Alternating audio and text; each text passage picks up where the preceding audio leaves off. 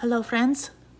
I would like to speak today about creating creative spaces, creating surroundings that promote creativity, that inspire you and allow you to reach your best potential and allow you to maximize your creativity.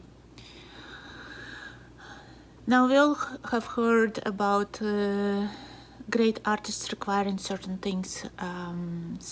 Some of these legends, perhaps not always legends, say that, for example, Chopin required a glass of warm milk when he composed, that Wagner could only compose when he was wearing silk underwear. So no silk underwear, no creativity.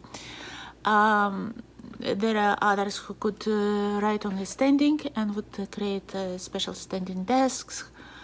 Vladimir Nabokov had a very strict routine in Montreux, and it had to be exactly the same schedule every day. And of course, some of these are legends, some of these are half-truth, some of these are perhaps even facts. But before I share with you some of my own creative routines and setups for creativity, I would like to mention that perhaps there are two sides to this. One is that know thyself and know what works best for you. Experiment. Know whether you work best at night or in the morning.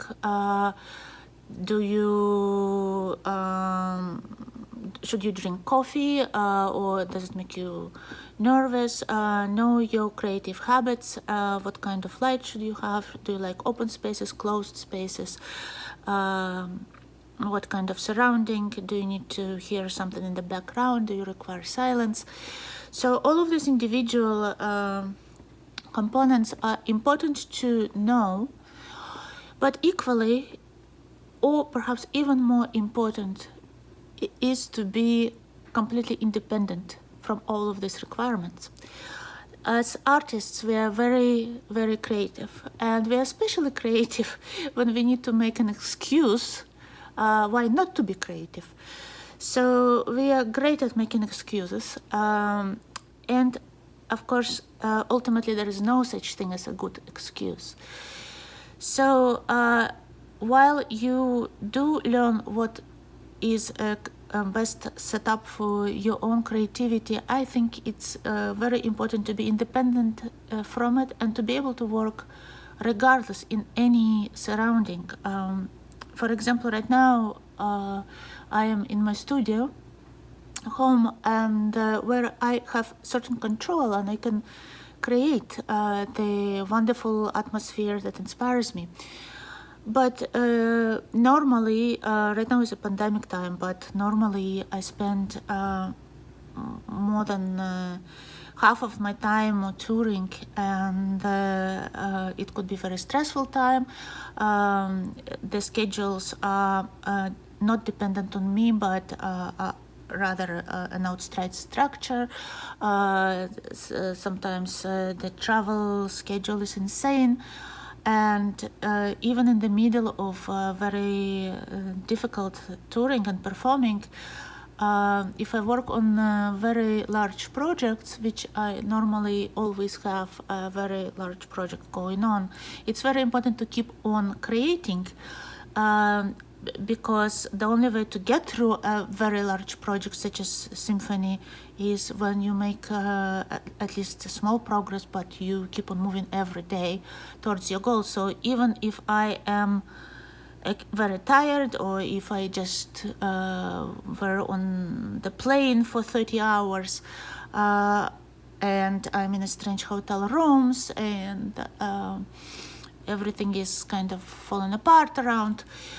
Even in those circumstances, I can't use any of it as an excuse for not moving forward, because ultimately I will be in trouble if I don't move forward with the large pieces, and then I wouldn't be able to complete them on time. So it's very important to be able to be independent from your surrounding. I think the best example is Shostakovich, who always was able to work with children running around him screaming with the war, whatever was going on around him with all the stresses, he was able to work. So, and now the opposite, now we will talk about creating ideal surrounding, because it's also important to be able to maximize your time and maximize your resources, and allow yourself to create the atmosphere that is most productive, most inspiring to you, and allows you to reach your maximum potential.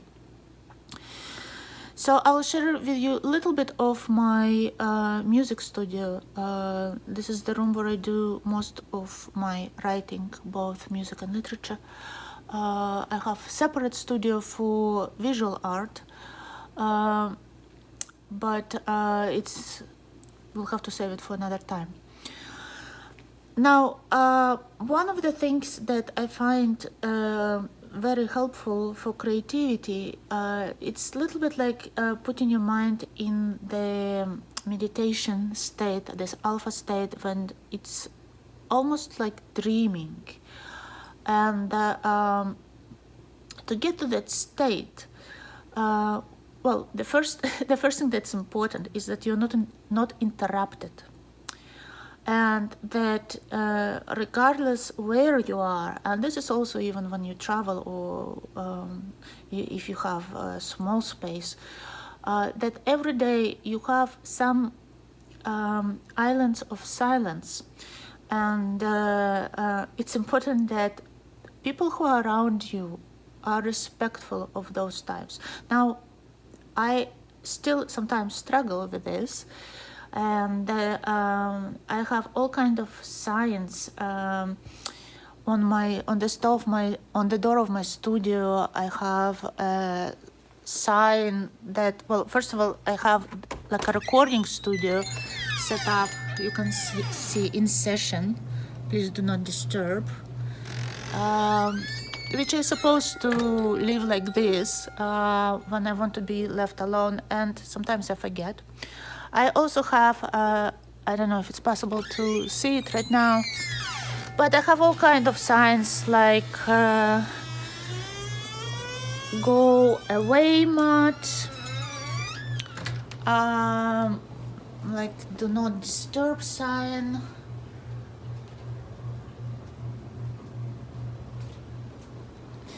and other things that promote nobody entering the door. Now sometimes they still do, but it's important that whatever your setup is, that those who are close to you respect your need for silence and respect your privacy. And if it's if you don't have like a setup like a studio, then at least make some kind of indication for, even if it's for a few minutes a day, but it's very important that you have time when you know you will not be interrupted. So it's not just by being alone, but it's actually also knowing that you will not be interrupted, because subconsciously when we know we are interrupted, it does something subconsciously like a inner alert. It doesn't require this, it doesn't allow for this meditative state that is so important.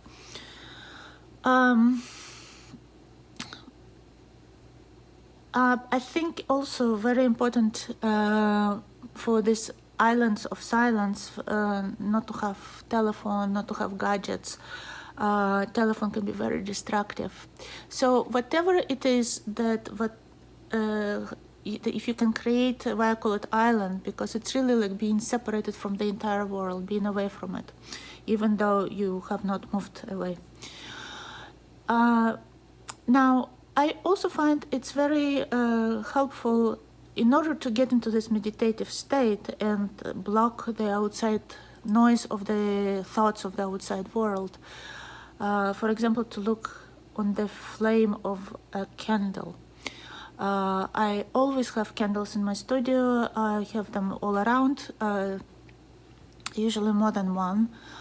And I also like using incense, Indian incense, frankincense, but something that, again, promotes this meditative state, alpha state, creativity, and slows down this chatter of a monkey in our brain and surfacing thoughts. So we want to reach deep thoughts. I find for myself, I'm a night owl, even though right now I'm actually experimenting with the different times. I'm trying to switch for various reasons to normal people time, getting up in the morning and going to bed at night, which frankly has not been working so well for me yet.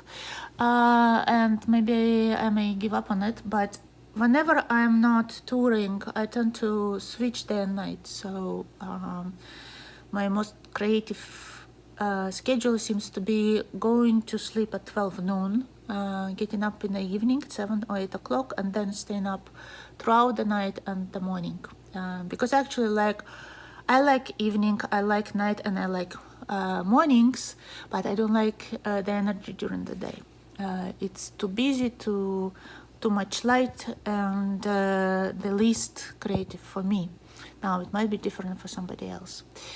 So I don't necessarily recommend these reverse schedules, because if you have to function during the day with the rest of the world, it creates really very bad sleep disruptions, because then you awake during the night and you awake during the day, and you never get full hours of sleep.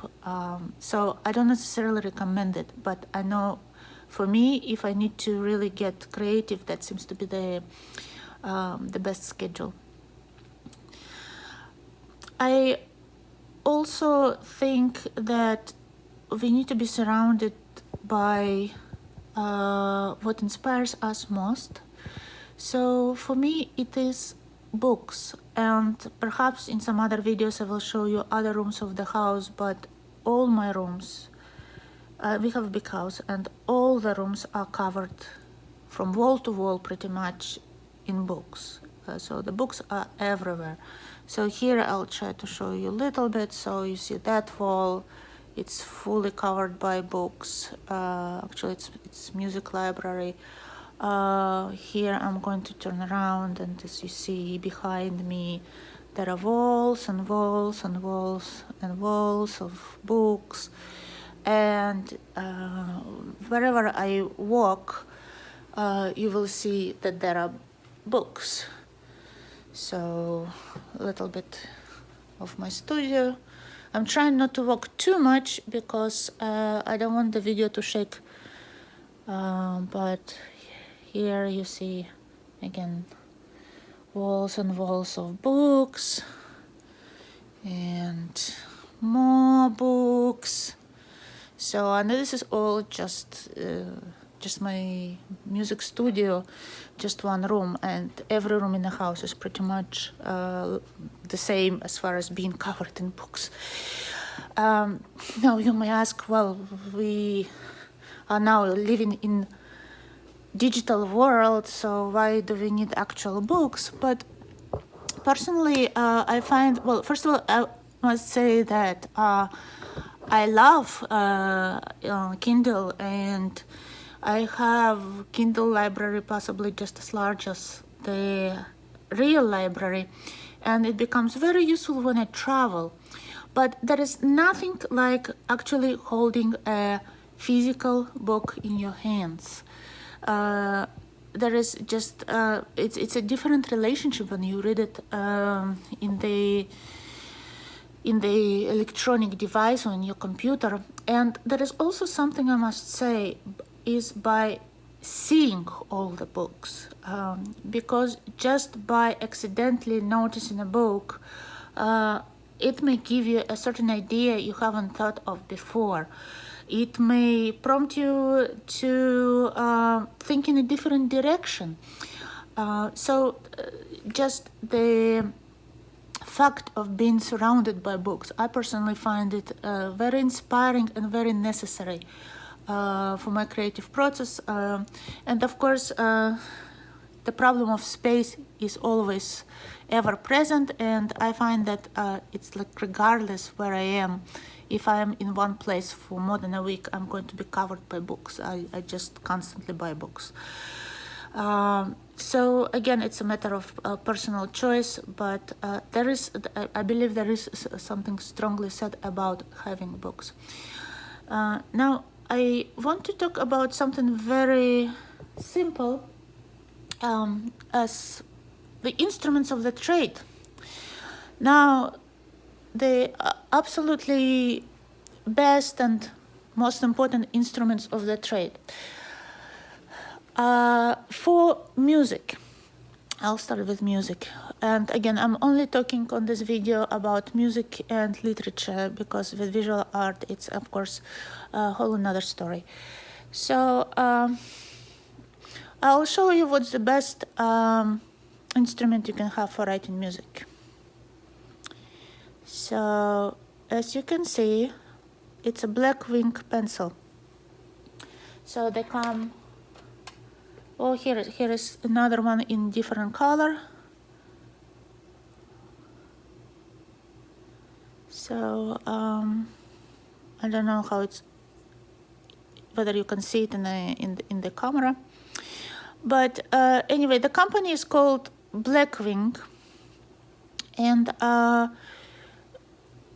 must say first about writing by hand versus writing in the computer. This is something that I very strongly believe in, and that has been the saving grace for me. And absolutely everything that I write in music or literature, any creative writing, I don't mean things like emails or business correspondence or anything like that, but any creative writing, I always write first by hand. And I cannot recommend enough and praise enough the importance of the connection from your mind to your hand.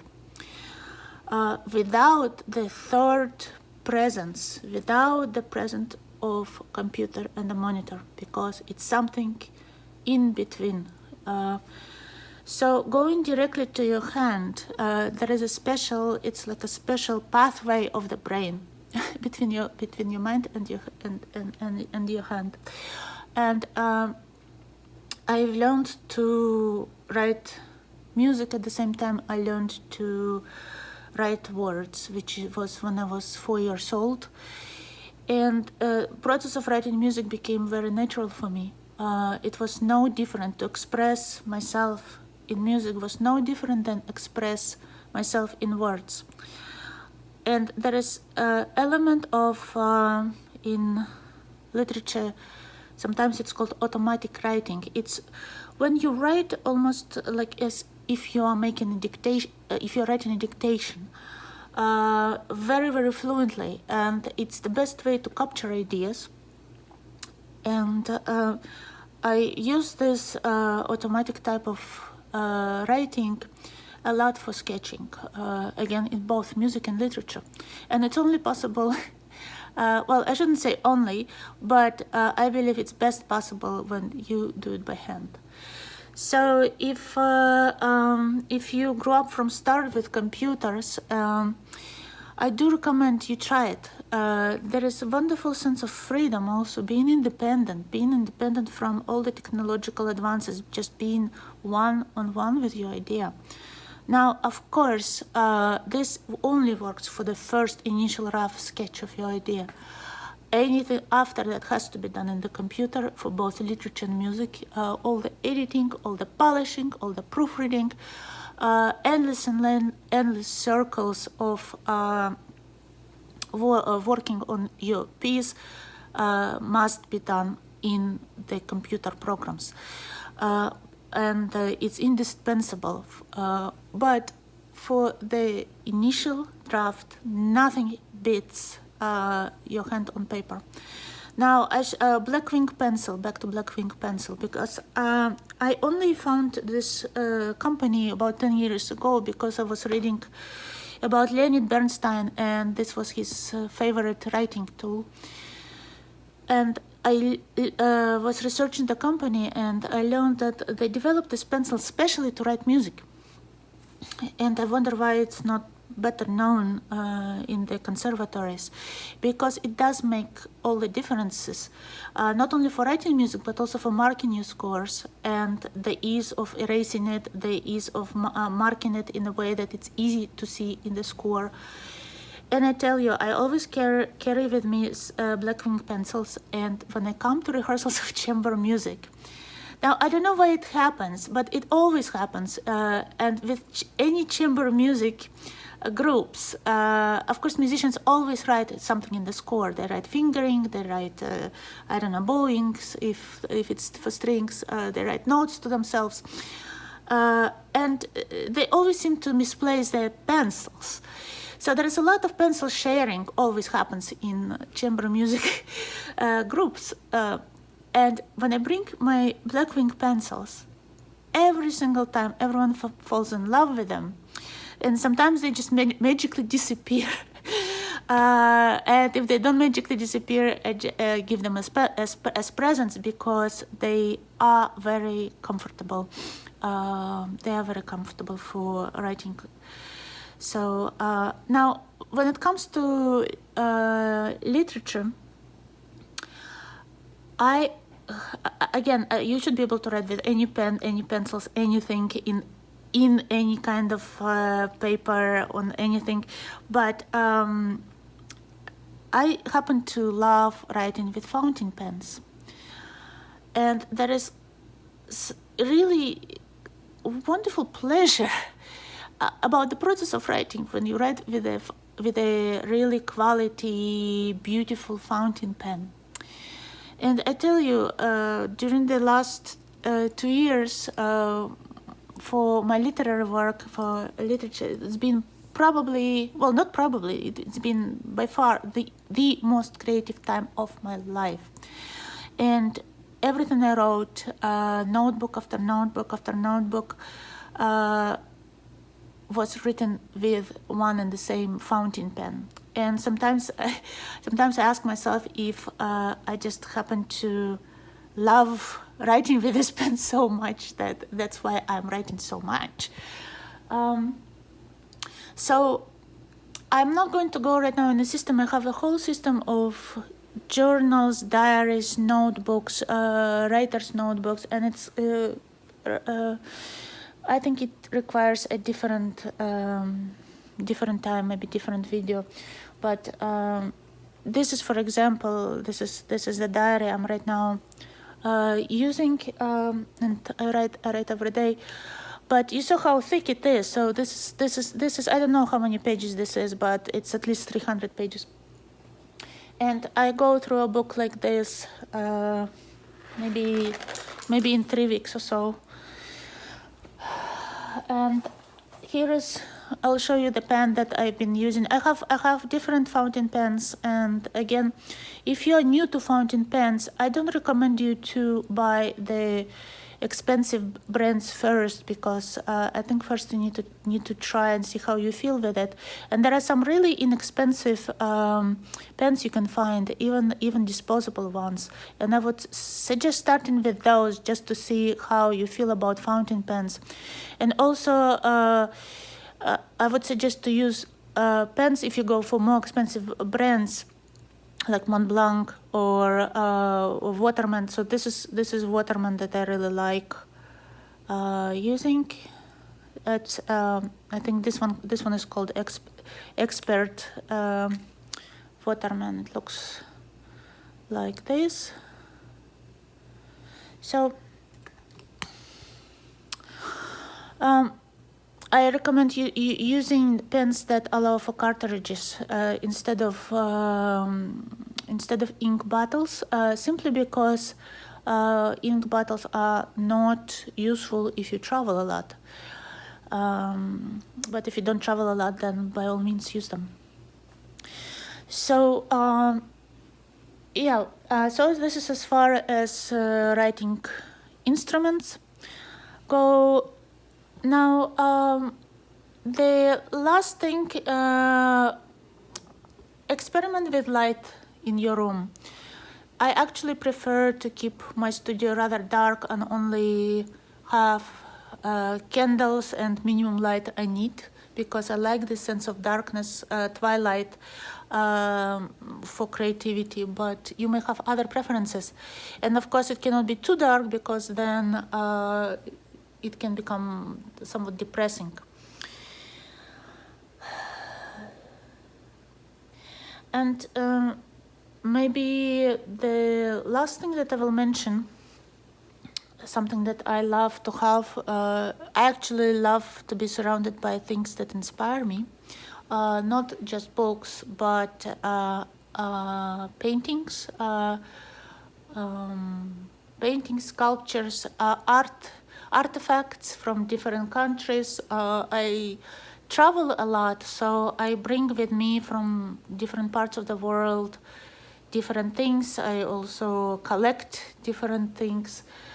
So there is a lot of very strange, maybe for normal people would say objects, but I just love them. So I don't know what you, let's see if I can. So here is, for example, this is antique food dogs that guard the studio. I also have my own sculptures, molds.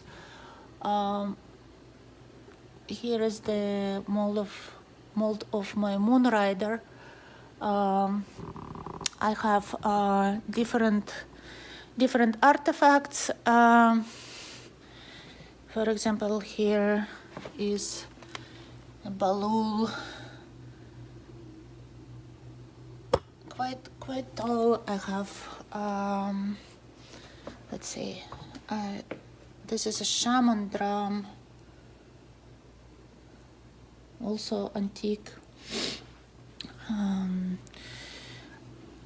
I also happen to like different toys, and I have quite a lot of toys in my studio, and a lot of them are one-of-a-kind toys. They are artists made, so they're not. So here is a little guy, or this one I like a lot. So they are artists, artists' dolls. Now they remind me to keep the inner child alive, and it's very important because we tend to, with age, we tend to lose this inner child, and for creativity to approach creativity just the way children approach it, in this very pure, magical, that's the word, way, I believe it's incredibly important. So I keep different toys around to remind me of that. I also have masks, as you can see, there is one right there. I have some inspiring, well, I don't even know what it is. It's a plaque. This is connected to, this was my inspiration for my symphony for Infant Minstrel and his peculiar menagerie. And I have a lot of different artifacts from different cultures. So here is, for example, one. Anyway, they're really all over the place. Here is Nandi from India. I think he's about 300 years old, or so I was told. And just the things that inspire, that make me smile sometimes, that help me to think outside of the box, help me to stay innovative, and that have some kind of emotional reaction from me. So I think I will end here, and hopefully this will inspire you to think of your creative space, and to think of how even when you are not in your best and creative space, how could you create these islands of creativity during your day. So maybe it is as simple as lighting a candle, and maybe you have a favorite meditation that helps to put your mind in this creative zone. Maybe it is something that your friend gave you, and that gives you a sense of security and safety, because sometimes I find it's life is so unpredictable and tough that it's important to create this psychological safety nets, to remember that yes, there are people who love us. Yes, there are people on whom we can count, and to have this mental safety net, which allows you to take risks, creative risks, to dare to go creatively where you did not go before, or maybe nobody has gone before, and that inspire you to not to make creative compromises with yourself, but always to reach beyond what even you think is possible. So I hope you will find this video perhaps encouraging or inspiring, or simply I'm grateful for this opportunity to share a little bit of my life and my own safe space and creative space that helps me to stay creative and helps me to realize my dream projects. Thank you.